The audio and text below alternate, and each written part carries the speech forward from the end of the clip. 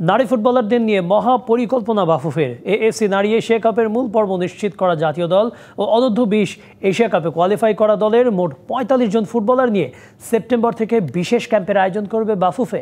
এমনটাই জানিয়েছেন বাফুফের সহ-সভাপতি ফাহাদ করিম।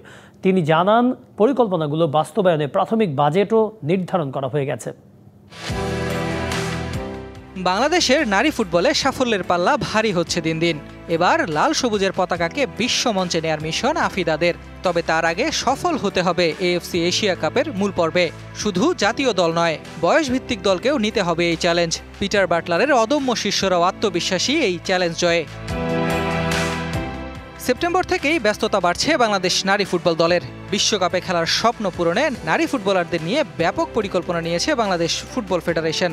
আগামী 4 মাস ধাপে ধাপে সেগুলো বাস্তবায়ন করবে বাফুফে। কি সেই পরিকল্পনা? সেপ্টেম্বর মাস থেকে শুরু হবে।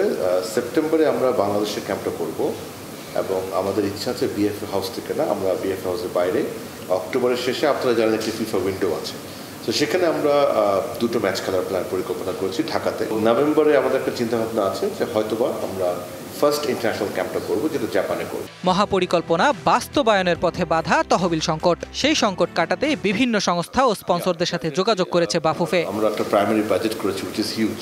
মিশন অস্ট্রেলিয়া স্পেসিফিক করে একটি পার্টনারের সাথে কথা বলেছি। নারী দলের সাথে আমরা একটি ডেভেলপমেন্ট পার্টনারকে ইনক্লুড করছি ইনশাআল্লাহ। যে আমাদের যে প্ল্যানটা আমরা যেটা করবো ইনশাআল্লাহ, ফিনান্সিয়াল কোনো ম্যাটারের জন্য প্ল্যানটা কম্প্রোমাইজ হবে না। এদিকে বাফুফের ক্যাম্পে যোগ দেওয়ার কথা রয়েছে একমাত্র প্রবাসী নারী ফুটবলার আনিকা সিদ্দিকীর। এরই মধ্যে বাফুফে তার কাছে পরিকল্পনা পাঠিয়ে দিয়েছে। আনিকার যে ব্যাপার, যেহেতু সে এখনো হয় নাই, মানে পুলে আসে নাই, বাইরে যোগাযোগ করে বলে আমি যেহেতু যোগাযোগ করেছি, ওনার ইউনিভার্সিটি শুরু হবে। সো উনি আমাকে জানতে চেয়েছেন যে ক্যাম্পগুলি কখন কোথায় হবে। উনি অ্যাটলিস্ট 1 মাসের জন্য একটা ক্যাম্পে আসবে। শনিবার বাফুফের কার্যনির্বাহী সভা, সেখানেই আসতে পারে বেশ কিছু সিদ্ধান্ত। Ahmed Nahid, DBC news, Dhaka.